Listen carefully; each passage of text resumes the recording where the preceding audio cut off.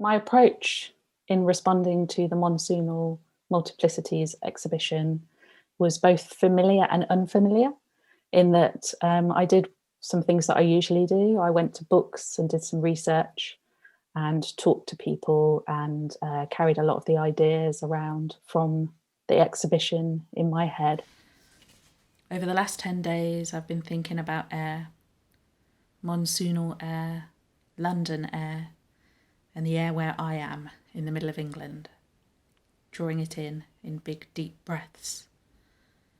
I couldn't actually visit London, which would be a normal part of my research process. So what I did was I went to books and I looked for London in books. I looked for London in my past work, and I gathered those things around me, and I worked on the floor and I arranged those objects and that material in a variety of ways. I often talk about what I do as the choreography of objects, and I think that's what I was doing. Making myself aware again, because I always forget, of its constituent parts, its gases, how it moves, how it feels against my face as I cycle through it, make the tea, stare at the trees opposite, look up at the clouds. I went on the East India Company walk as part of one of the events, and that had quite a profound effect, I think. I was just playing with objects in relation to landscape before that.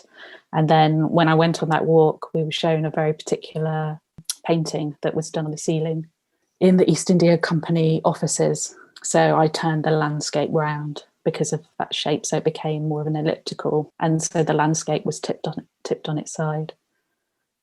What I produced for the final exhibition was a set of 10 images. And they're almost like, I suppose, a poem. It's like lots of different materials that are arranged and that I played with around a landscape, and then the text is on top. I did actually work with little black and white tiles, but for me, the black and white's really interesting because it relates back to the way botany is labelled. Over the last 10 days, I've been thinking about atmosphere, that blanket above, around, on top of us all.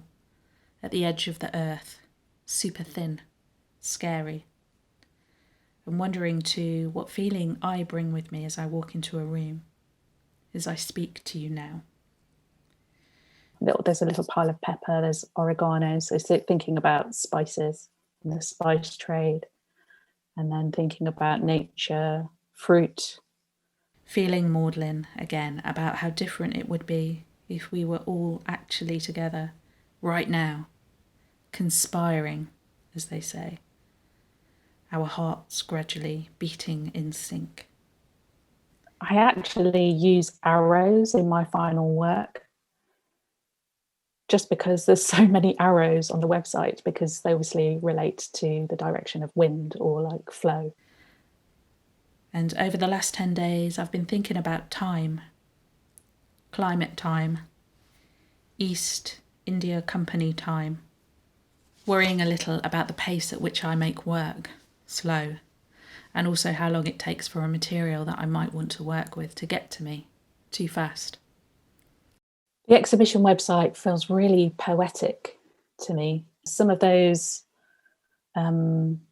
quotes that open up each of the areas, they really feel spatial to me. They open up space. As an artist, I often will go to poetry books and writers that write in prose, because there's something particular that happens in relation to language. And so I really appreciated those moments. So this residency really fits in with my practice as a whole already, in the sense that it feels like a bridge almost between two particular bodies of work and two particular works, one of which is called Common Salt, which came out of a body of work called Rambles with Nature, which I did over a number of years in collaboration with an artist called Sue Palmer. We intertwined lots of different narratives, one to do with the East India Company in relation to salt, nature, collections, and money. But then also the next project that Sue and I are actually just about to embark on is called Atmospheric Forces. And so it has a lot to do with atmospheres. Yeah, it's quite interesting that somehow this project seems to bridge both of those particular pieces. And so maybe it's joined them together.